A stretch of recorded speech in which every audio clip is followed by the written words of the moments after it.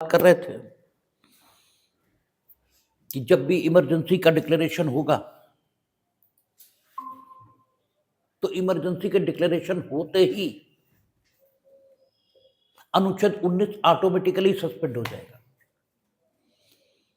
और राज्य को उस प्रकार के कानून बनाने की ताकत ये अपने आप प्राप्त हो जाएगी जो वो सामान्य दिनों में अनुच्छेद 19 के रहने के कारण नहीं बना सकता।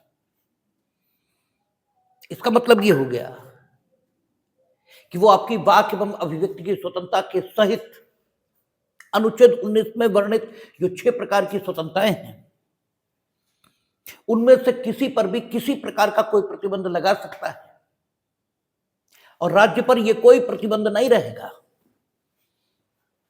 कि वो 6 प्रकार की स्वतंत्रताओं पर उन्हीं शीर्षकों के अंतर्गत प्रतिबंध लगाए जो प्रतिबंध के शीर्षक के अंतर्गत अनुच्छेद 19(2) से लेकर 6 तक दिए गए। इसका मतलब सीधा ये निकल आएगा। लेकिन एक चीज यहां पर ध्यान रखनी चाहिए, वो चीज हम इसलिए बता रहे हैं क्योंकि जब 26 जून 1975 को लगे आपातकाल के बारे में बात शुरू होगी तो एक बात आएगी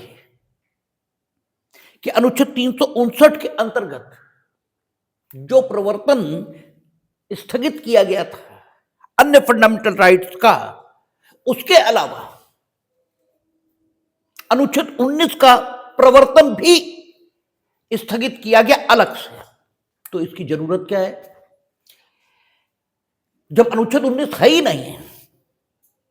ठीक है, जैसे ही आपातकाल लागू हुआ और अनुच्छेद 19 सीज कर गया और अब वो तब तक सीज रहेगा जब तक आपातकाल चलता रहेगा। अनुच्छेद 19 की भाषा कल हम लोगों ने देखी थी और वो तब तक सीज रहेगा जब तक आपातकाल चल रहा है और आपातकाल जब नहीं भी रहेगा तो भी दौरान आपातकाल जो कुछ किया गया वो सब कुछ वैध बना रहेगा। हां, ये ठीक है कि जब आपातकाल समाप्त हो गया तो राज्य की वो जो विशेष शक्ति थी जो आपातकाल से निपटने के लिए ड्यूरिंग इमरजेंसी अनुच्छेद 19 को सस्पेंड कर देती थी, वो समाप्त हो गई और भविष्य में फिर से राज्य को अनुच्छेद 19 के अनुशासन के अंतर्गत विधायन करना होगा। ठीक है, ये अनुच्छेद 19 की भाषा कह रही है। तो जब ड्यूरिंग इमरजेंसी अनुच्छेद 19 ऑटोमेटिकली सस्पेंड है तब फिर अलग से यह कहने की जरूरत कहां है कि अनुच्छेद 19 का प्रवर्तन भी स्थगित रहेगा। यह अलग से कहने की जरूरत क्यों? ये जब 26 जून 1975 का आपातकाल डिस्कस होगा तो देखेंगे, क्योंकि 1976 में यानी 26 जून 1975 को इस देश का सबसे कुख्यात आपातकाल इंपोज हुआ। आपातकाल तो 26 अक्टूबर 1962 से लेकर मार्च 1968 एक बार और फिर 1971 से लेकर मार्च 1977 यहां तक लगातार चला है। लेकिन जो सबसे कुख्यात आपातकाल है वो 26 जून 1975 से शुरू होकर मार्च 1977 तक रहा है, सबसे कुख्यात। तो जब हम लोग देखेंगे 26 जून 1975 को लागू हुए आपातकाल को तो एक चीज दिखाई देगी कि कुछ 1976 का कोई महीना और डेट है, उस महीने और डेट को अलग से 19 का इन्फोर्समेंट भी रोका गया। तो फिर इसकी जरूरत क्यों आ गई? ये एक सवाल मन में पैदा होता है। तो इसकी जरूरत इसलिए है क्योंकि ठीक है, राज्य कानून बनाकर अनुच्छेद 19 में वर्णित अभिव्यक्ति की स्वतंत्रता को समाप्त कर सकता है कानून बनाकर, और कानून बनाने की एक प्रक्रिया है। भाई, कानून बनाने की तो कम से कम एक प्रक्रिया है। चलिए, अनुच्छेद 19 का प्रवर्तन समाप्त हो गया, अनुच्छेद 19 नहीं है, तो भी आप किसी की अभिव्यक्ति को सीमित करना चाहते हो तो कम से कम कानून तो बनाओगे। अरे भाई, कम से कम कानून ये तो होना चाहिए। हां ठीक है, आपकी कानून बनाने की शक्ति पर कोई प्रतिबंध नहीं है, मान लिया, लेकिन कम से कम इतना तो है कि आप कानून बनाओगे। अरे भाई, मान लिया कि आप किसी भी दशा में मंदिर जा सकते हैं, लेकिन मंदिर जाएंगे कम से कम इतना तो है, मिनिमम इतना तो है। अब कानून बनाने की जो जरूरत है, ठीक है, क्योंकि कम से कम ये तो मिनिमम है भाई, इसके बिना कैसे चलेगा। ठीक है, अभिव्यक्ति की स्वतंत्रता आप सीमित नहीं कर सकते जब तक कि जो शीर्षक अनुच्छेद 19(2) में दिए गए वो संतुष्ट न हो, या अनुच्छेद 19 में वर्णित कोई भी स्वतंत्रता आप सीमित नहीं कर सकते जब तक कि प्रतिबंध के आधार ये संतुष्ट न हो। लेकिन अगर अनुच्छेद 19 सस्पेंड हो गया तो ठीक है, आप अभिव्यक्ति की स्वतंत्रता के सहित कोई भी स्वतंत्रता सीमित कर सकते हैं। प्रतिबंध के शीर्षकों को संतुष्ट करना कतई जरूरी नहीं, ठीक है ना, यही तो इसका प्रभाव हुआ। लेकिन इसका प्रभाव यह तो नहीं हुआ कि आपको छूट मिल गई है कि आप जिसकी स्वतंत्रता चाहो, जब चाहो, जैसे चाहो समाप्त कर दो, ये तो नहीं मिली ना। लेकिन इस सीमा को भी खत्म कर दिया जाए, इसी के लिए 19 का प्रवर्तन अलग से स्थगित किया गया, जबकि उसका अलग से प्रवर्तन स्थगित करना कोई आवश्यक नहीं। क्योंकि अगर यह हुआ जैसे हमने एक कानून बनाया और उसके मुताबिक आपकी अभिव्यक्ति की स्वतंत्रता सीमित की, यहां तक तो ठीक है, क्योंकि अनुच्छेद 19 इस समय नहीं है, ठीक है ना, तो उसकी वैलिडिटी चेक नहीं हो सकती कि प्रतिबंध के शीर्षकों के अंतर्गत है या नहीं है। लेकिन अगर हमने कानून ही नहीं बनाया, हमने कोई कानून नहीं बनाया, क्योंकि कानून बनाने की भी अपनी एक प्रक्रिया है, वह विधायन की एक प्रक्रिया है ना, 107, 108, 109, 110, ये तो कम से कम पूरा करेंगे आप। वो अगर कहता है बहुमत से पास होना चाहिए तो बहुमत से तो होना चाहिए, ये तो होना चाहिए। अब हमने कानून ही नहीं बनाया, जो कुछ हमने बनाया उसे कम से कम कानून कहा ही नहीं जा सकता, और उसके बाद हमने उठाई आपकी अभिव्यक्ति की स्वतंत्रता सीमित कर दी, तब तो यह कहा जाएगा कि मनमाने ढंग से हमने अभिव्यक्ति की स्वतंत्रता आपकी सीमित कर दी।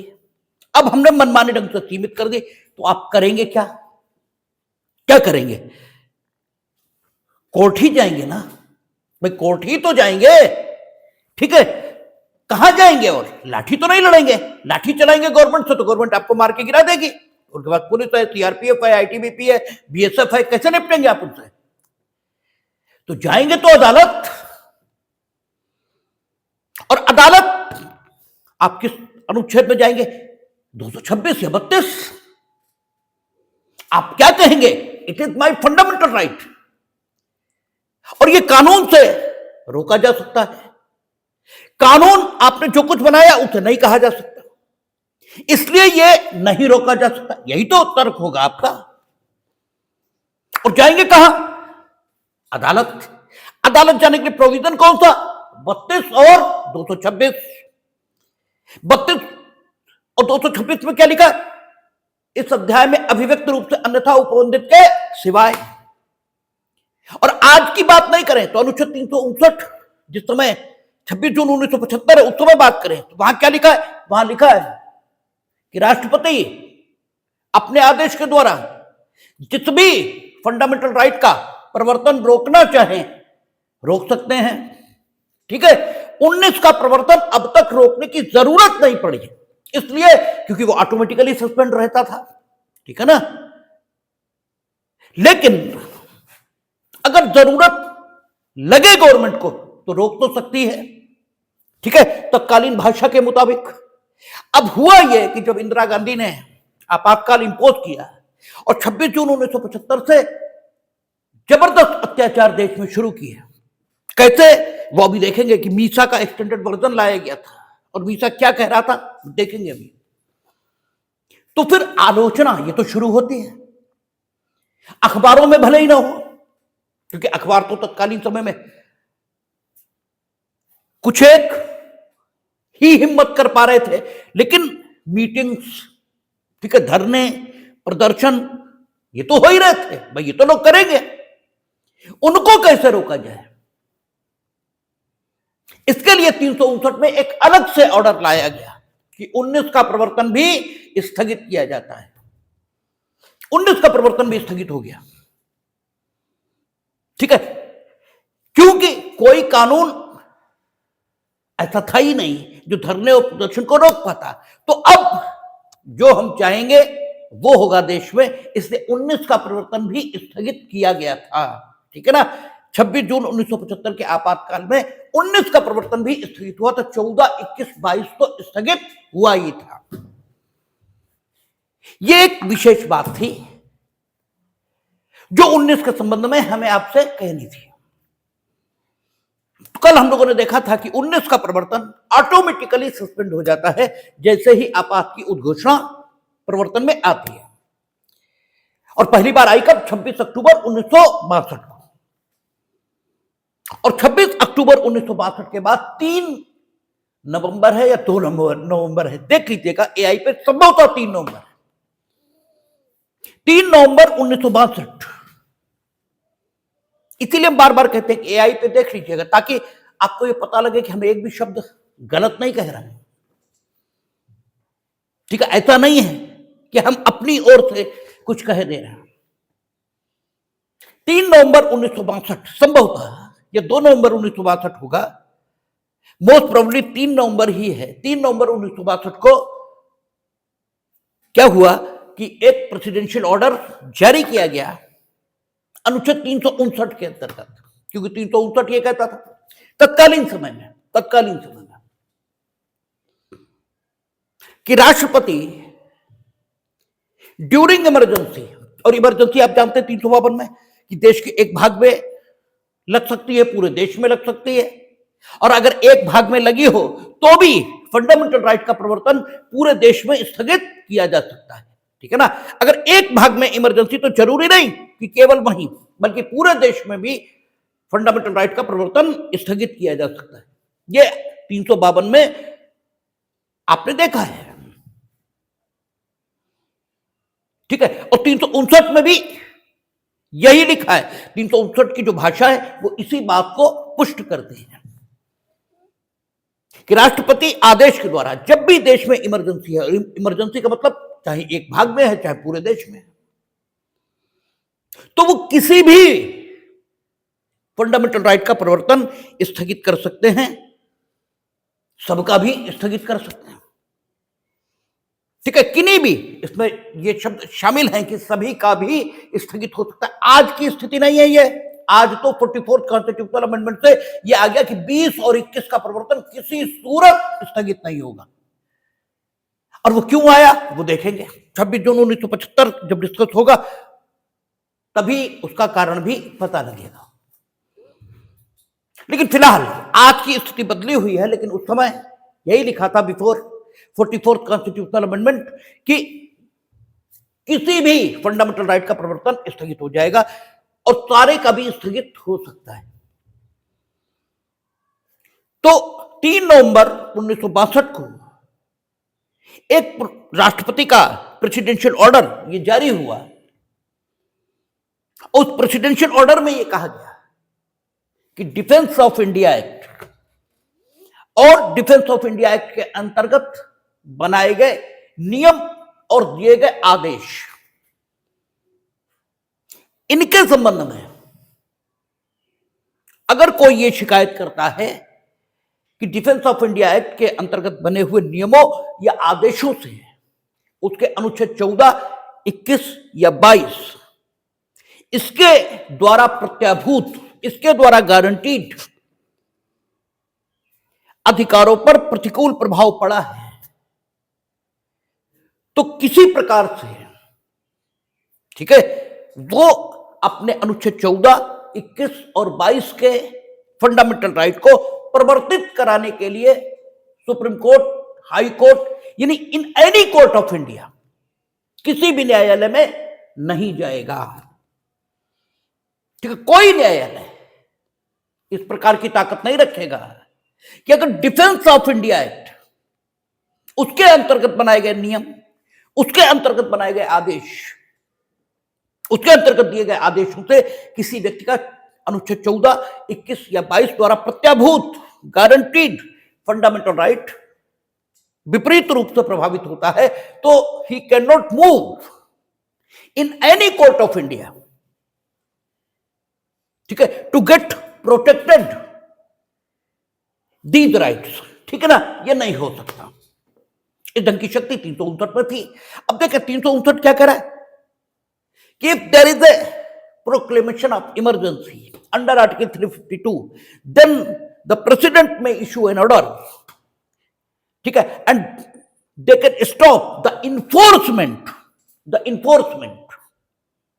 ठीक है, of the right of the fundamental right which are mention in the presidential order. ठीक है, जो राष्ट्रपति के आदेश में उल्लिखित मूल अधिकार हैं, उनका प्रवर्तन यह किसी भी न्यायालय के द्वारा नहीं कराया जाएगा यदि राष्ट्रपति अनुच्छेद 359 के अंतर्गत आदेश जारी करते हैं ड्यूरिंग इमरजेंसी और उसमें लिख देते हैं कि अमुक मूल अधिकार प्रवर्तित नहीं होंगे, तो नहीं होंगे।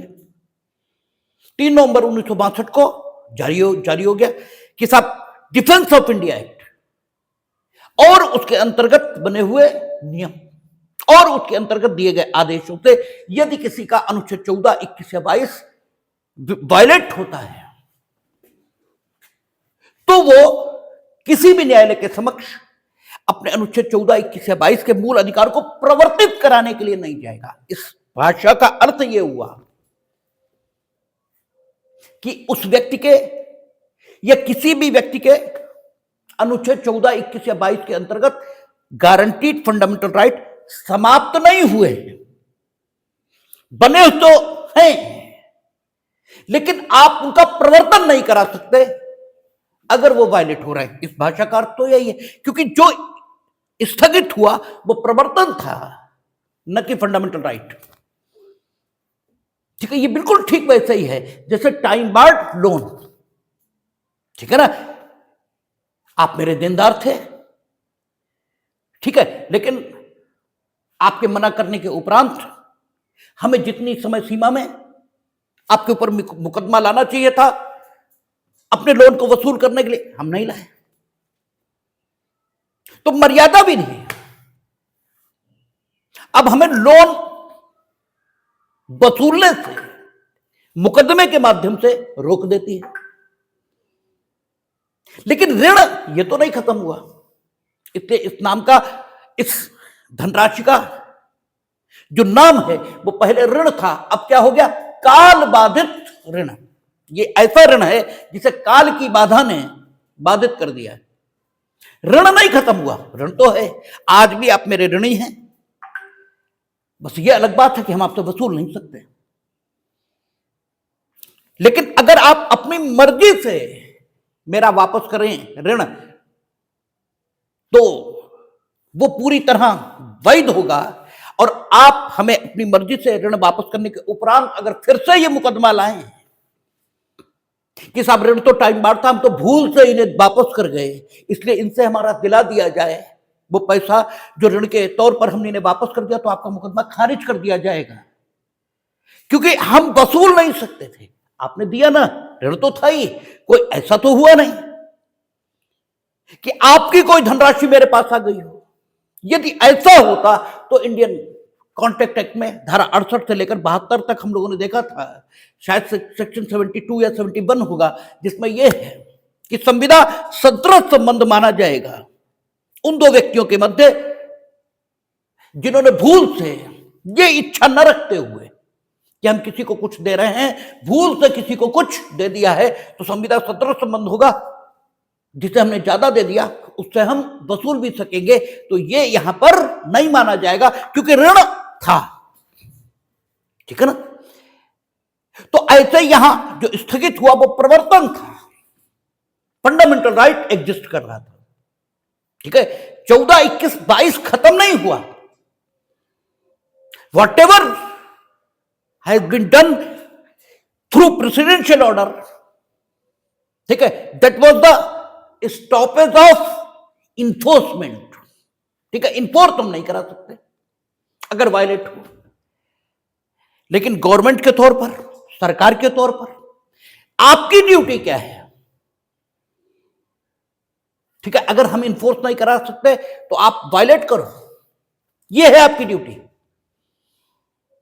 और चलो जहां जरूरत हो वहां वायलेट करो भी, इसी के लिए तो इन्फोर्समेंट स्थगित किया गया। लेकिन जहां जरूरत नहीं है वहां क्यों वायलेट करोगे भाई? जहां जरूरत हो वहां वायलेट करो, कोई दिक्कत नहीं है, क्योंकि उसी के लिए प्रोविजन बनाया गया कि टू डील विद इमरजेंसी प्रवर्तन स्थगित हो सकता है, वो तो बना ही इसीलिए। लेकिन जरूरत न हो तब तो न करो। अभी हम लोग देखेंगे 26 जून 1975 में यह भी हुआ, जरूरत नहीं है फिर भी स्थगित किया गया। ठीक है, फिर भी रोका गया, यह चीज भी दिखाई देगी। इसीलिए हम ये कहते हैं कि 26 जून 1975 को जो कुछ हुआ इस देश में वो भूतो न भविष्यति है, न पहले कभी हुआ और न बाद में कभी होगा। ठीक है, इसीलिए हम ये कहते हैं कि श्रीमती इंदिरा गांधी तानाशाह थी, इसके अलावा कुछ नहीं थी। ठीक है, आप 3 नवंबर 1962 को, और ये भी कुछ अच्छे नहीं है जो 62 में प्रधानमंत्री हैं, ठीक है, जवाहरलाल नेहरू, इनके भी कृत्य भी देखेंगे। 3 नवंबर 1962 को प्रवर्तन स्थगित हो गया, किसका? 14, 21, 22 का। किसके संबंध में? यदि डिफेंस ऑफ इंडिया एक्ट या डिफेंस ऑफ इंडिया एक्ट के अंतर्गत जो बने रूल्स हैं या दिए गए आदेश हैं उनसे किसी का 14, 21, 22 वायलेट होता है तो प्रवर्तन स्थगित हो गया, और 19 तो ऑटोमेटिकली सस्पेंड हो ही गया। ठीक है, और ये जो अंतर है, ये पहली बार हमने कल भी कहा, मक्खन सिंह वर्सेस पंजाब में हुआ था। सुप्रीम कोर्ट ने इस अंतर को स्पष्ट किया था कि 358 और 359 में जो बेसिक फर्क है वो यही है कि 358 में 19 सस्पेंड हो जाता है, 19 के बारे में ऐसे मान लेते हैं वो नहीं है। ठीक है, लेकिन 359 में जो स्थगित होता है वो प्रवर्तन स्थगित होता है, यानी ये माना जा सकता है कि 32 और 226 सस्पेंड हो गए, वो नहीं है, उनके बारे में मान सकते हैं। शेष सारे फंडामेंटल राइट बने हुए हैं, ये तो माना ही जाएगा। और गवर्नमेंट से अपेक्षित यह है कि चूंकि वे बने हुए हैं तो आवश्यकता न हो तो उनको वायलेट न करें, क्योंकि है तो ही है। और आगे मक्खन सिंह कहेंगे सुप्रीम कोर्ट के लोग कि अगर आपने वायलेट किया, ठीक है, अगर आपने वायलेट किया अनावश्यक, ठीक है, तो जब इमरजेंसी चल रही थी तो 14, 21, 22 ये सस्पेंड थे। क्योंकि मक्खन सिंह अभी डिस्कस हो रहा है ना, अभी हम 1975 पर नहीं पहुंचे। ठीक है, अभी मक्खन सिंह डिस्कस हो रहा हो, ये 1964 का मामला है, इसमें उस इमरजेंसी को डिस्कस किया जा रहा है जो 1962 में इंपोज हुई। तो मक्खन सिंह में उन्होंने ये कहा कि अगर आपने अनावश्यक फंडामेंटल राइट्स को वायलेट किया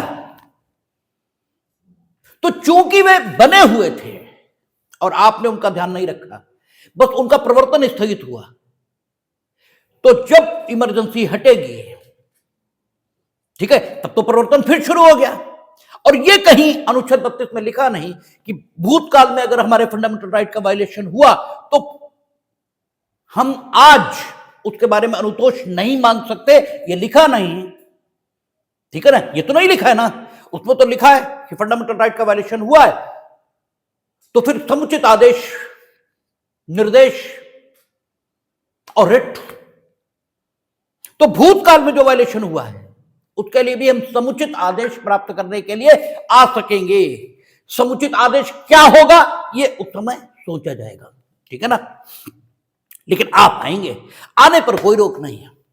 सुप्रीम कोर्ट ने ये कहा मक्खन सिंह में, ठीक है, कि जब इमरजेंसी हटेगी तो जो अनावश्यक वायलेट किया गया है फंडामेंटल राइट्स को, इनके संबंध में अनुतोष मांगने के लिए संबंधित लोग न्यायालय आ सकेंगे, ये हो सकेगा।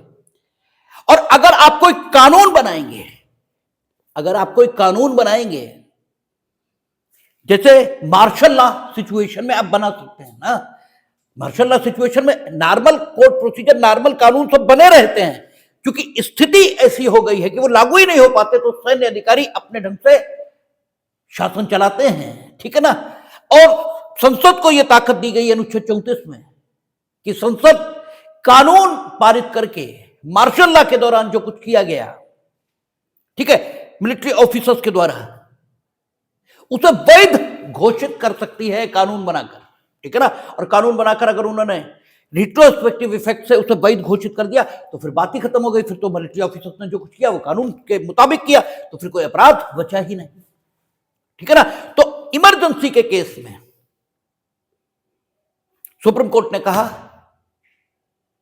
कि चूंकि वर्तमान 359 सिर्फ प्रवर्तन को स्थगित कर रहा है और अनुच्छेद 34 जैसी कोई व्यवस्था है नहीं, ठीक है, तो आप अगर आगे भी कोई कानून बनाते हैं ऐसा कि यदि अनावश्यक भी किसी के फंडामेंटल राइट, ठीक है, वायलेट किए गए ड्यूरिंग इमरजेंसी, ठीक है, तो उसके लिए कोई व्यक्ति किसी न्यायालय के समक्ष कोई कार्यवाही नहीं करेगा, ऐसा कोई कानून भी आप बनाते हैं।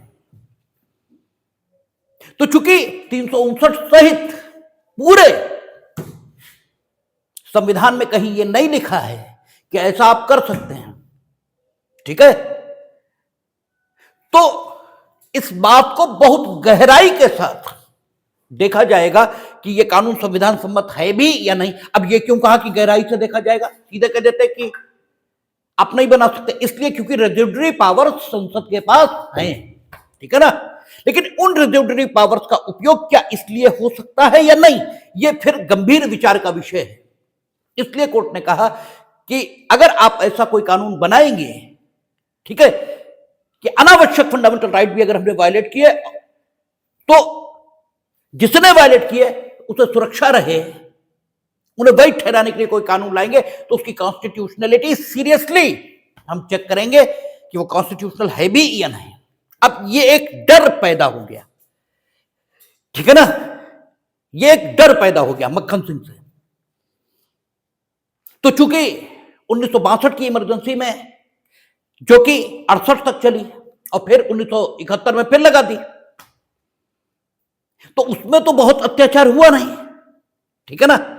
तो उसमें यही मक्खन सिंह की बात चलती रही। लेकिन 26 जून 1975 जब आया, ठीक है ना, जब 26 जून 1975 आया तो श्रीमती इंदिरा गांधी को तो,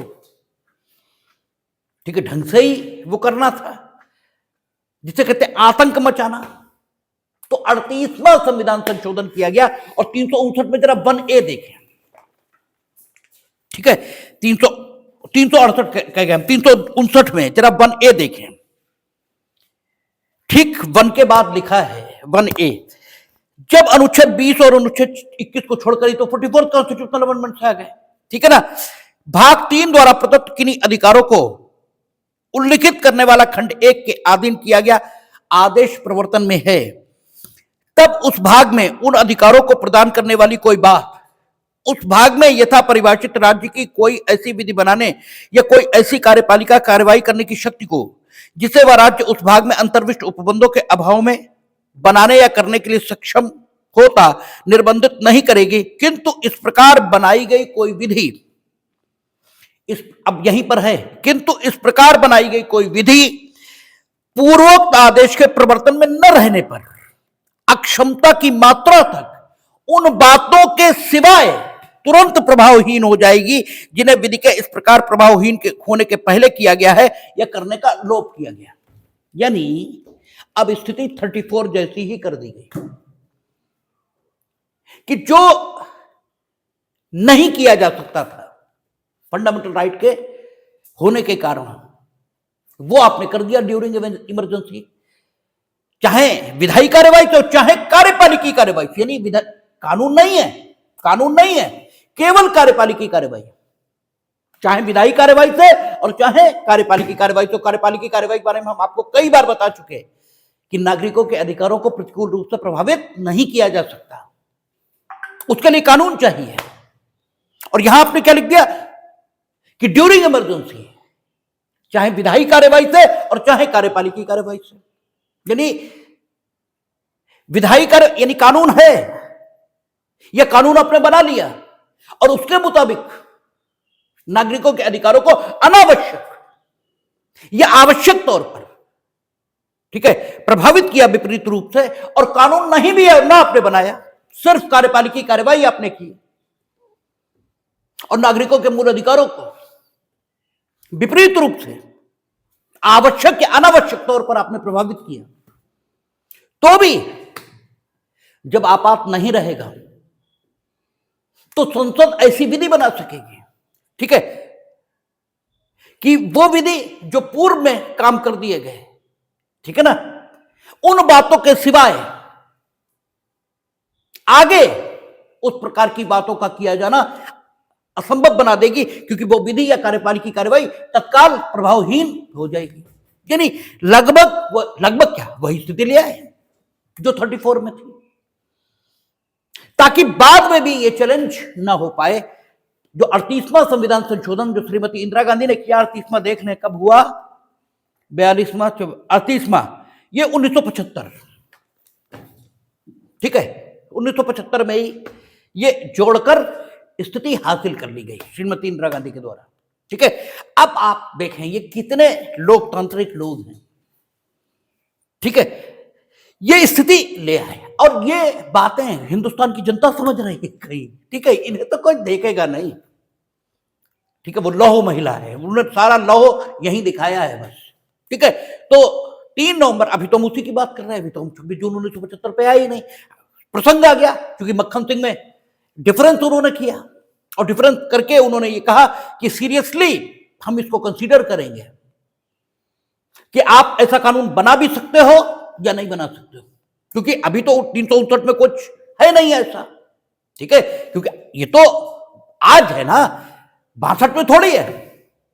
तो उन्होंने कहा कि चूंकि ऐसा कुछ है नहीं, तो बाद में जब इमरजेंसी नहीं रहेगी तो चूंकि फंडामेंटल राइट का सिर्फ प्रवर्तन स्थगिता फंडामेंटल राइट थे, इसलिए अगर आपने अनावश्यक तौर पर वायलेट किया है तो फिर हम देखेंगे कि हम क्या अनुतोष दे सकते हैं। और अगर आपने कोई कानून बनाया तो वो कानून कितना कॉन्स्टिट्यूशनल होगा ये हम देखेंगे, क्योंकि ऐसा कुछ कानून बनाने की शक्ति 334 में तो है आपको, लेकिन 359 में तो कुछ नहीं है ऐसी शक्ति। तो जब इंदिरा गांधी 26 जून 1975 में आई तो उन्हें तो पता ही था कि आगे फिर गड़बड़ हो सकता है, तो उन्होंने 38वां संविधान संशोधन करके 34 के ही समान बने जोड़कर ये ताकत भी हासिल कर ली और अपने को फुल प्रूफ कर लिया। अच्छा, ये बात मक्खन सिंह में कही क्यों होगी, क्योंकि सुप्रीम कोर्ट तो वही है जो लड़ रहा है, वो काल ऐसा है जिसमें सुप्रीम कोर्ट और सरकार में खूब टसल चल रही है राइट टू प्रॉपर्टी को लेकर, ठीक है ना, तभी चीजें वास्ट सिनेरियो में समझ में आती हैं। इसलिए राइट टू प्रॉपर्टी खत्म भले ही हो गया हो, लेकिन उसका हिंदुस्तान की कॉन्स्टिट्यूशनल हिस्ट्री पर गहरा प्रभाव है, ठीक है, उसे जानना ही चाहिए, बिना उसके वो सारी चीजें समझ में नहीं आती, ठीक है। तो 3 नवंबर 1962 14, 21, 22 स्थगित हो गए, किसके संबंध में, डिफेंस ऑफ इंडिया एक्ट के अंतर्गत बनाए गए नियम और उसके अंतर्गत दिए गए आदेश के संबंध में, ठीक है।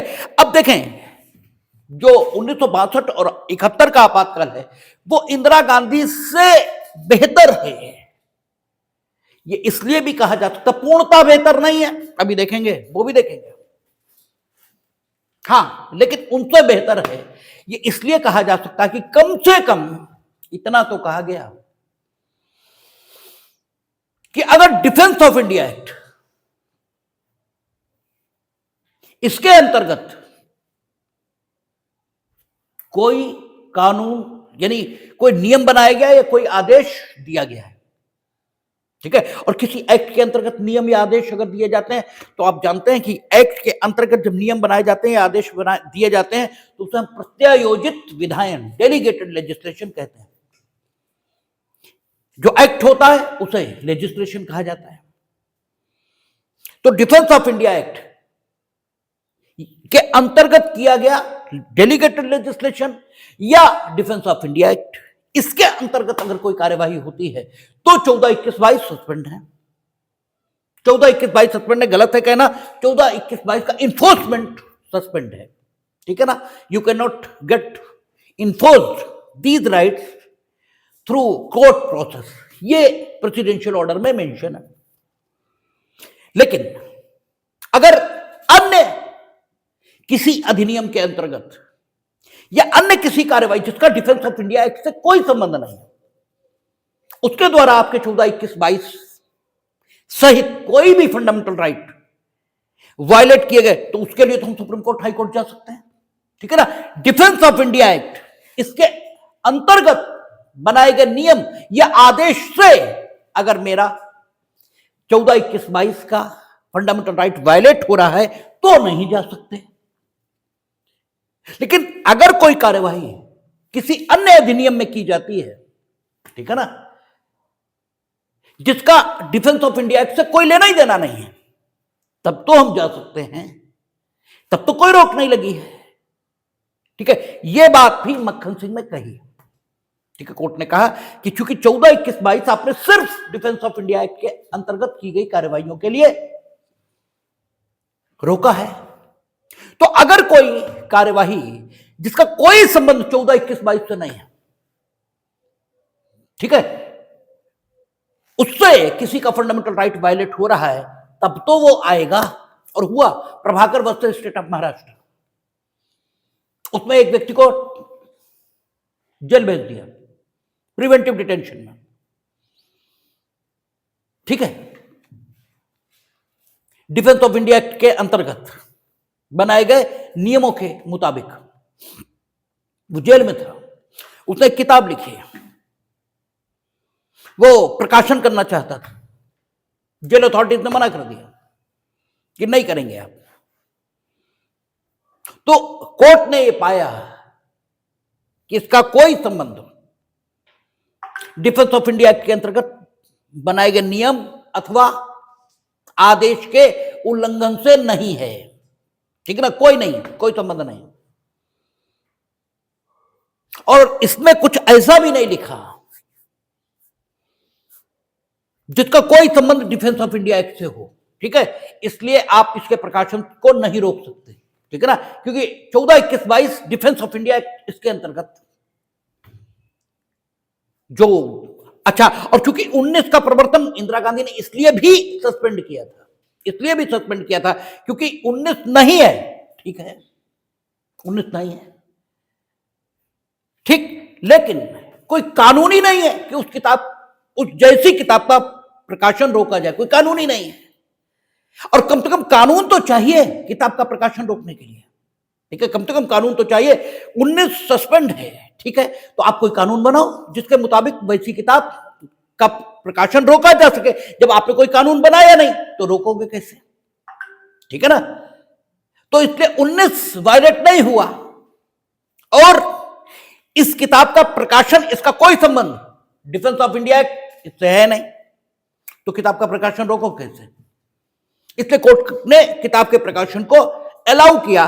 बस यही चीज इंदिरा गांधी को प्रेरणा दे रही थी, जिसके कारण उन्होंने जब 26 जून 1975 को आपातकाल घोषित किया तो नो डाउट 19 नहीं था, फिर भी उसका प्रवर्तन स्थगित कर दिया कि अगर कानून ना भी हो फिर भी हम किसी किताब का या किसी अखबार का प्रदर्शन, प्रकाशन या अभिव्यक्ति के किसी भी माध्यम का, ठीक है, उपयोग रोकना चाहें और रोक दें तो कोई सुप्रीम कोर्ट जा ही ना पाए, क्योंकि 19 का प्रवर्तन भी स्थगित हो गया।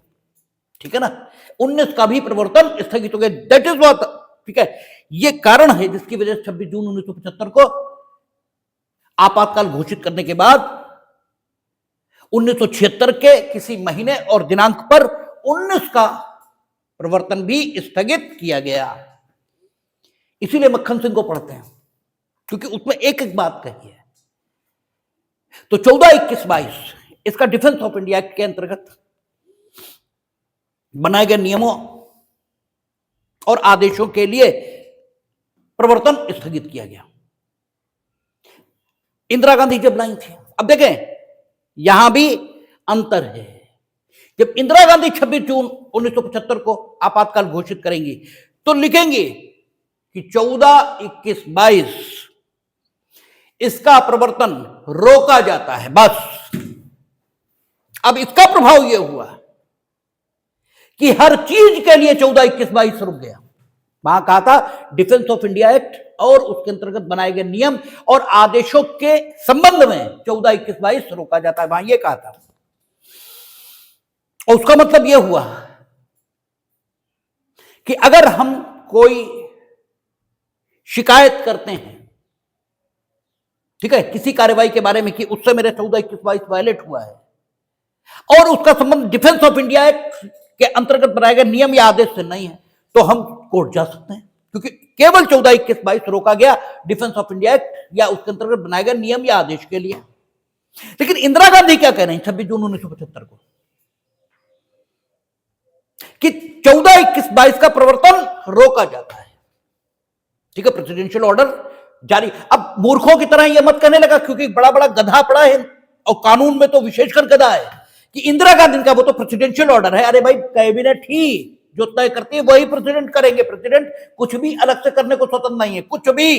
ये हम लोग पहले ही डिस्कस कर चुके हैं, क्योंकि बड़ा बड़ा उल्लू पड़ा है कानून की दुनिया में। ठीक, आता जाता कुछ नहीं, पिल जरूर जाएगा जाके, ठीक, और बताना शुरू कर देगा।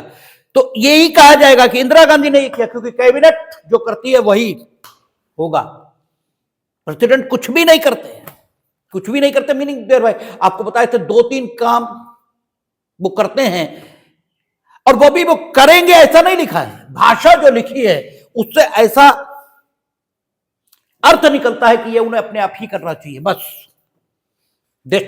देश में जो कुछ हो रहा है वो प्रधानमंत्री और कैबिनेट इसके लिए उससे हो रहा है। तो 26 जून 1975 को जो आपातकाल घोषित किया गया, उसमें सभी उद्देश्यों के लिए, ये लिखा नहीं गया सभी उद्देश्यों के लिए, लेकिन जो लिखा गया उसका मतलब तो यही था कि 14, 21, 22 सस्पेंड किया जाता है। अब कोई काम आप करो, कोई काम करो, 14, 21, 22 सस्पेंड है। किसी भी बात से आपका 14, 21, 22 वायलेट हो, you can not move before the supreme court. उस बात का कोई संबंध आपातकाल से है या भाड़ में गया नहीं है, इससे कोई लेना देना नहीं। अब इसका कैसा प्रभाव हुआ ये हम लोग अभी देखेंगे कि 26 जून 1975 में क्या प्रभाव हुआ। अब जब 26 जून 1975 को सारे उद्देश्यों के लिए 14, 19, 21 का प्रवर्तन रोक दिया गया, तो जो देश में वातावरण बना है वो बड़ा हास्यास्पद है, क्योंकि आपने तो सभी के लिए रोक दिया। अब सबसे पहला सवाल यह खड़ा हुआ कि जिन बातों का कोई संबंध उस तथाकथित आपातकाल से नहीं है, जो आप बता रहे हैं, सारे कमीशंस ने तो यह बताया कोई आपातकाल था ही नहीं 1975 में, ये सिर्फ सत्ता बचाने की कवायद थी, क्योंकि आपका चुनाव अवैध घोषित कर दिया गया था इलाहाबाद हाई कोर्ट के द्वारा। लेकिन चलो हम मान लेते हैं कि आप जो इमरजेंसी बता रहे हो वो देश में थी। चलो just for the sake of argument यही मान लेते हैं। तो आप उस जो आपके मुताबिक थी, बाकी किसी के मुताबिक तो थी ही नहीं, लेकिन जो आपके मुताबिक थी उसी इमरजेंसी से इफेक्टिवली डील करने के लिए जो कुछ जरूरी होता उतना ही करती। ये चलो धोखे से ज्यादा हो गया, ये भी हो सकता है। तो 26 जून 1975 से लेकर मार्च 1977 तक तुम्हें याद ही नहीं आया कि उसके खराब रिजल्ट आते रहे और तुम्हें पता ही नहीं लगा, मॉडिफाइड कर देती 359 में। उस समय भी यह लिखा था, आज भी लिखा है कि राष्ट्रपति पूरे आपातकाल के लिए प्रवर्तन स्थगित कर सकते हैं या जितने समय के लिए वो चाहें उतने समय के लिए स्थगित कर सकते हैं। गलती हो गई तो सुधार लेती, लेकिन मतलब ही कहां है, मतलब ही कहां है? मरते हैं तो मरते रहे, तो रानी थी देश की, तो राजा हैं, चाहे जो कुछ करेंगे। तो 26 जून 1975 को सभी उद्देश्यों के लिए 14, 21, 22 सस्पेंड हो गया, क्योंकि आपने कुछ मेंशन ही नहीं किया। उसमें तो मेंशन था डिफेंस ऑफ इंडिया एक्ट, यहां तो मेंशन ही नहीं है। यहां तो 14, 21, 22 सस्पेंड किया जाता है, बात खत्म हो गई। तो इसका मतलब सारे उद्देश्यों के लिए। अब क्या हुआ, विभिन्न उच्च न्यायालयों के समक्ष, उच्चतम न्यायालयों के समक्ष 14, 21, 22 इनके उल्लंघन के आधार पर ऐसी कार्रवाइयां चल रही थी जिनका आपातकाल से कोई मतलब हो ही नहीं सकता। जैसे नियोजन के मामलों में चल रही कार्रवाई, ठीक है, नियोजन के मामलों में समता होनी चाहिए अनुच्छेद 16 के मुताबिक। अब कुछ विद्वान कहते हैं कि 14 इसी का विस्तार है, 16। कुछ विद्वान क्या, अब तो ये स्टेब्लिश मत है, हम लोग 14, 16 सब पढ़ के आए। तो अगर 14 स्थगित हो गया तो क्या 16 भी स्थगित हो गया? अब प्रश्न ये उठ रहा है, ठीक है, अगर 14 स्थगित हो गया तो क्या 15 भी स्थगित हो गया? अब 15 में रिजर्वेशन है, 16 में नियोजन के मामले हैं जिनका आपातकाल से कोई लेना देना नहीं, ठीक है। आसाम हाईकोर्ट ने कहा कि चूंकि 14 स्थगित है 16 भी स्थगित, और सभी उद्देश्यों के लिए स्थगित है। भाई 14, 16 हम ये बोल रहे हैं स्थगित, लेकिन स्थगित प्रवर्तन स्थगित आप यही लेंगे हर बार, क्योंकि बोलने में अब आदतन होता है, वैसी बातें निकलती हैं मुझसे। तो अगर 14 का प्रवर्तन स्थगित है तो 16 का प्रवर्तन ये भी स्थगित है, क्योंकि 16 14 का ही विस्तार है, कुछ अलग से तो है नहीं। तो आसाम हाईकोर्ट ये कह रहा है कि नहीं, अब तो 16 भी इन्फोर्स नहीं होगा और वो भी कार्रवाई स्थगित रहेगी। राजस्थान हाईकोर्ट कह रहा कि नहीं, नियम यह है कि जब अधिकारों पर प्रतिबंध होता है तो कठोर अर्थान्वयन करते हैं प्रतिबंध लगाने वाली विधि का। प्रेसिडेंट चाहते तो 16 भी मेंशन कर देते अपनी ऑर्डर में, प्रेसिडेंट ने ऐसा तो किया नहीं, तो हम 16 स्थगित क्यों माने, 14 स्थगित है। एक किराएदारी, उससे संबंधित मामला जम्मू कश्मीर हाईकोर्ट के समक्ष चल रहा था। जो किराएदारी का कानून था उसके बारे में एक पक्ष के द्वारा यह तर्क दिया गया था कि अनुच्छेद 14 का विरोध करता है, इसलिए अनकॉन्स्टिट्यूशनल है। जम्मू कश्मीर हाईकोर्ट ने कहा कि नहीं, ठीक है।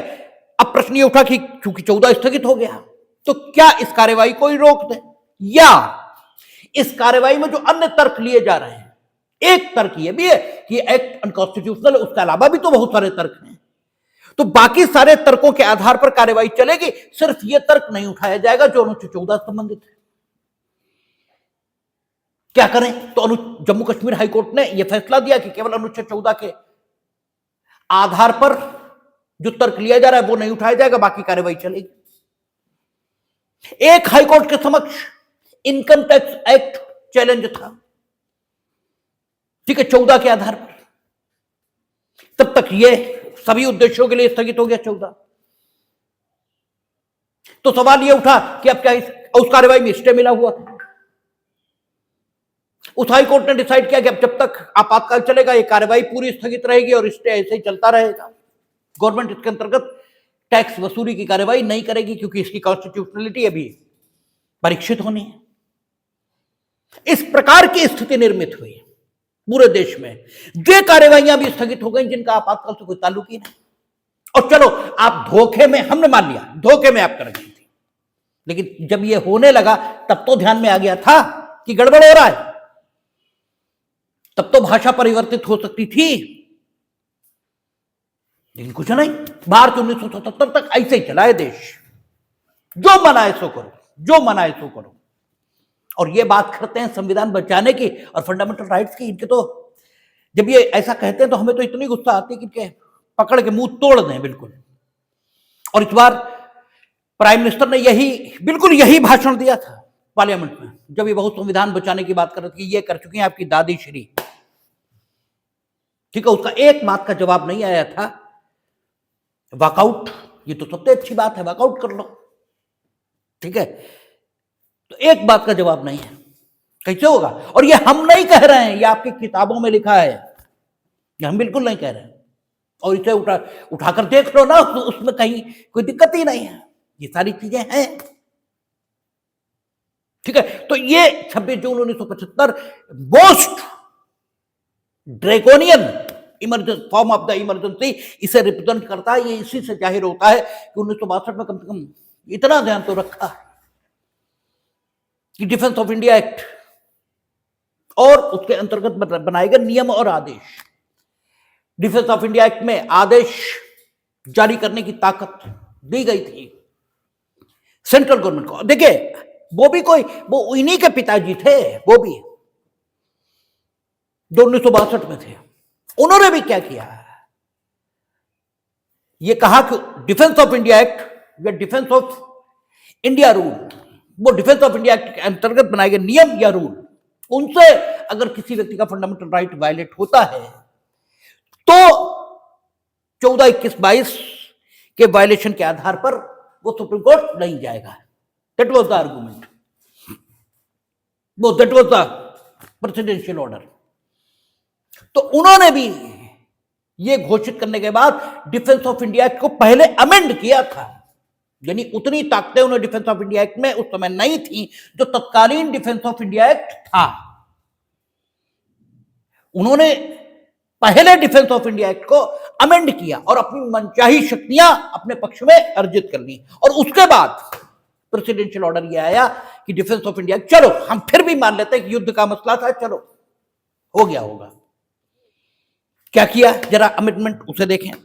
तो डिफेंस ऑफ इंडिया एक्ट जो तत्कालीन था उसकी धारा 3 को संशोधित किया गया और कहा गया कि defence of India, civil defence, ठीक है, और आपका मेंटेनेंस ऑफ ऑर्डर, ठीक है, मेंटेनेंस ऑफ ऑर्डर, और एक कोई ग्राउंड और था, ठीक है, इसके संरक्षण के लिए, ठीक है, आपका defence of India, civil defence, maintenance of order, ठीक है, और एक कोई और था।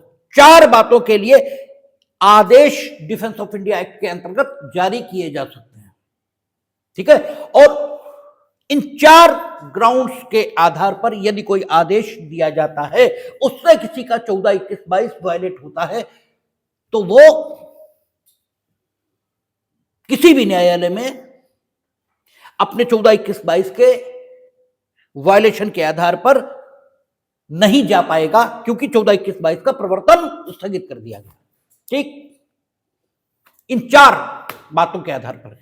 इसके अलावा डिफेंस ऑफ इंडिया एक्ट को संशोधित किया गया और यह भी लिखा गया, ठीक है, कि डिफेंस ऑफ इंडिया एक्ट के अंतर्गत बनाए गए नियमों के अंतर्गत किसी को प्रिवेंटिव डिटेंशन में भी रखा जा सकता है, ठीक है, और यही वो पार्ट है जिस पर हमें आपत्ति होगी और जिसके आधार पर हम ये कहेंगे कि वो भी इनके पिता ही जीते हैं। डिफेंस ऑफ इंडिया एक्ट को संशोधित करके ये कहा गया कि इसके अंतर्गत जो नियम बनाए जा रहे हैं, इसके अंतर्गत किसी भी व्यक्ति को प्रिवेंटिव डिटेंशन में भेजा जा सकेगा, और जो ग्राउंड होंगे प्रिवेंटिव डिटेंशन में भेजने के, कि अगर सरकार को यह लगता है कि डिफेंस ऑफ इंडिया, ठीक है, civil defence, maintenance of order, यानी ऊपर वाले जो 4 हैं वो तो ही हैं, उसके अलावा भारत के विदेशी राज्यों से मित्रवत संबंध, ठीक है, या जो मिलिट्री ऑपरेशंस हैं उनका पूरे देश में ठीक प्रकार से संचालन हो सके, इसके लिए, ठीक है, पूरे भारत में कहीं भी शांति बनाए रखने के लिए, और समाज में, ठीक है, देश में जो आवश्यक वस्तुएं हैं उनकी आपूर्ति, उनका प्रदाय ठीक बनाए रखने के लिए किसी व्यक्ति को प्रिवेंटिव डिटेंशन में भेजने की जरूरत है तो उसे भेजा जा सकेगा। चलो यहां तक हमारी कोई दिक्कत नहीं, यहां तक हमारा कोई ऑब्जेक्शन नहीं, ठीक है। प्रिवेंटिव डिटेंशन भेजा जाना चाहिए क्योंकि व्यापारी वर्ग की भी ये आदत होती है। व्यापारी वर्ग की क्या, हिंदुस्तान में तो हर वर्ग की यह आदत है कि मौके का लाभ उठाओ, वो कोरोना हो तो भी ऑक्सीजन घर में रख लो, ठीक है। लाइफ सेविंग ड्रग्स वो भी खूब लाभ पर बेचो, ये आदत में है। और युद्ध के समय अगर आप आवश्यक इसेंशियल कमोडिटीज को रोकेंगे या कुछ करेंगे तो फिर भाई इधर जनता भी विद्रोह करेगी, उधर हमें लड़ाई भी लड़नी है तो दिक्कत होगी। तो प्रिवेंटिव डिटेंशन में आपको भेजा जा सकेगा, यहां तक कोई दिक्कत नहीं। लेकिन आप प्रिवेंटिव डिटेंशन में भेजेंगे तो प्रिवेंटिव डिटेंशन के कानून में जो सामान्य सिक्योरिटी मेजर्स एक आम व्यक्ति को उपलब्ध रहते हैं वो तो उपलब्ध रहने दीजिए इस व्यक्ति को, उसमें क्या दिक्कत है। और आप सत्यवादी हरिश्चंद्र के खानदान के हैं कि आप व्यक्ति को ठीक ही प्रिवेंटिव डिटेंशन में भेजेंगे, आप हमेशा ठीक ही आदमी को प्रिवेंटिव डिटेंशन में भेजेंगे, इसकी क्या गारंटी है, ठीक है, इसकी तो कोई गारंटी नहीं। अनुच्छेद 22 देखें, अनुच्छेद 22 प्रिवेंटिव डिटेंशन में रखे गए व्यक्ति को कुछ अधिकार उपलब्ध कराता है। कहां दिए गए, 22(4) से लेकर 22(7) तक आप उसे ग्राउंड्स ऑफ डिटेंशन देंगे, ठीक है ना। आप उसका मामला एडवाइजरी बोर्ड उसे देंगे, 3 महीने में एडवाइजरी बोर्ड ओपिनियन देगा, ठीक है। और अगर एडवाइजरी बोर्ड के ओपिनियन यह है कि प्रिवेंटिव डिटेंशन की कोई जरूरत नहीं तो प्रिवेंटिव डिटेंशन खत्म किया जाएगा, ठीक है ना। और अगर वो कंफर्म करता है प्रिवेंटिव डिटेंशन, ठीक है, तो ही प्रिवेंटिव डिटेंशन आगे जारी रहेगा। किंतु किसी भी सूरत में प्रिवेंटिव डिटेंशन उससे अधिक नहीं होगा जितना संबंधित अधिनियम में बताया गया है, ठीक है ना, उससे ज्यादा किसी सूरत नहीं होगा। ये सारी बातें ये तो वहां लिखी हैं, ठीक है। और इनमें से एक का वायलेशन होता है, एक का भी, तो व्यक्ति विधि अनुसार निरोध में न रखे जाने के आधार पर उच्चतम न्यायालय के समक्ष, ठीक है, समावेदन कर सकेगा कि हैबियस कॉर्पस जारी करके उसे छोड़ दिया जाए, ठीक है। हैबियस कॉर्पस जारी कराने के लिए वो कहां जाएगा, 21 और 22 के उल्लंघन के आधार पर अनुच्छेद 32 में जाएगा, यही तो है। अच्छा, आपने 14, 21, 22 सस्पेंड कर दिया, ठीक है, इसका मतलब 32 में हम वहां नहीं जा सकते, ठीक है। अगर मेरा फंडामेंटल राइट वायलेट भी हो तो भी नहीं जा सकते। लेकिन मेरा 14, 21, 22 बना तो हुआ है, समाप्त तो नहीं हुआ। आपसे क्या अपेक्षा है as a prime minister of India, एक लोकतांत्रिक देश के प्रधानमंत्री जो अपने नागरिकों के साथ व्यवहार कर रहे हैं, उनसे क्या अपेक्षा है। उनसे तो अपेक्षा यही है कि अगर फंडामेंटल राइट बने हुए हैं तो उनका सम्मान करो, उनसे तो अपेक्षा यही है। आप प्रिवेंटिव डिटेंशन में रख रहे हैं, यहां तक कोई दिक्कत नहीं, रखिए। लेकिन आप जो सामान्य सिक्योरिटी मेजर्स प्रिवेंटिव डिटेंशन में रखे गए व्यक्ति को उपलब्ध होते हैं वो क्यों छीन रहे हैं किसी से, जबकि उसका 14, 21, 22 सब बना हुआ है। सिर्फ आप छीनोगे तो वो शिकायत नहीं कर पाएगा, इतनी सी बात है। तो उसकी मजबूरी का फायदा उठा रहे हो, ठीक है, उसकी मजबूरी का फायदा उठा रहे हो। और आप ठीक ही व्यक्ति को प्रिवेंटिव डिटेंशन में भेजोगे, इसकी कौन सी गारंटी है, इसकी क्या गारंटी है। और चलो आपने ठीक ही व्यक्ति को भेज दिया, तब भी है तो आपका नागरिक ही। कानून का पहला सिद्धांत है कि व्यक्ति को उतना नुकसान पहुंचाइए जितना जरूरी हो। क्या अगर वो इसेंशियल सर्विसेज की सप्लाई में बाधा पैदा कर रहा था, डिफेंस ऑफ इंडिया को नुकसान पहुंचा रहा था, तो जेल में रख देना पर्याप्त नहीं था, क्योंकि उसके बाद तो किसी से मिल ही नहीं पाएगा। ये अतिरिक्त जो आप करने जा रहे हो ये क्यों किया, और अतिरिक्त क्या किया ये बता रहे हैं। नियम बनाया 31B और उसके आधार पर कहा कि जो व्यक्ति डिफेंस ऑफ इंडिया रूल्स के अंतर्गत प्रिवेंटिव डिटेंशन में रखा जाएगा उसे ग्राउंड ऑफ डिटेंशन नहीं दिए जाएंगे, ठीक है, उसे ग्राउंड ऑफ डिटेंशन मिलेंगे ही नहीं। अब जब ग्राउंड ऑफ डिटेंशन नहीं मिलेंगे तो तुम चाहे जिसे उठा के बंद कर दो, चाहे जिसे उठा बंद कर दो और कह दो इसकी तो गतिविधियां भारत की सुरक्षा के लिए खतरा है, चाहे जिसे उठा बंद कर दो। ग्राउंड ऑफ डिटेंशन तो उसे मिलेंगे ही नहीं, और जो ग्राउंड ऑफ डिटेंशन उसे मिलेंगे ही नहीं, तो ये कैसे जाना जाए कि आपने डिफेंस ऑफ इंडिया एक्ट के अंतर्गत जो किया जाना चाहिए था वही किया है, या डिफेंस ऑफ इंडिया एक्ट के अंतर्गत बने हुए रूल जो कह रहे थे वही आपने किया है? कैसे जाना जाए जब ग्राउंड ऑफ डिटेंशन उसे मिलेंगे ही नहीं? ठीक है, और मानो आपातकाल खत्म भी हो जाए और उस समय बने तो है नहीं, फिर वो चैलेंज करना चाहे कि आपने मेरे 14, 21, 22 का वायलेशन किया था और हम उस समय शिकायत इसलिए नहीं कर पाए क्योंकि शिकायत का अधिकार नहीं था, तो कैसे करेगा? क्योंकि ग्राउंड ऑफ डिटेंशन तो आप देंगे ही नहीं, कर ही नहीं पाएगा। तो आपने इन्हीं के पिताजी आप हैं इंदिरा गांधी के, ये बिल्कुल साबित किया। ठीक है, 31B defence of India act, उसके अंतर्गत एक रूल बनाया गया, उसमें यह कहा गया कि ग्राउंड ऑफ डिटेंशन नहीं मिलेंगे इस व्यक्ति को। दूसरी बात कही गई, इसका मामला एडवाइजरी बोर्ड को नहीं भेजा जाएगा, इसका मामला गवर्नमेंट के 2 ऑफिसर रिव्यू करेंगे, रिव्यू, और उनके बाद गवर्नमेंट के द्वारा रिव्यू किया जाएगा। और लगाने वाला अधिकारी उसने लगा दिया, उसके बाद गवर्नमेंट के 2 ऑफिसर्स ने बजाय एडवाइजरी बोर्ड के गवर्नमेंट के 2 ऑफिसर्स ने रिव्यू कर लिया, उसके बाद सेंट्रल गवर्नमेंट ने रिव्यू कर लिया, बात खत्म हो गई। अब सरकार का अधिकारी है, ये तो सामान्य कॉमन सेंस का विषय है कि जो सरकार में होता है उसकी इच्छा के बिना डीएम कुछ करता है, लिखा भले ही डीएम साहब अपनी मर्जी से करेंगे, आज तक होता है कहीं? तो सरकार का अधिकारी लगाएगा, सरकार का अधिकारी रिव्यू करेगा, सरकार रिव्यू करेगी, सब सरकार ही करेगी, बाकी तो कहीं कुछ है ही नहीं। तो इस व्यक्ति की सुरक्षा की क्या गारंटी है?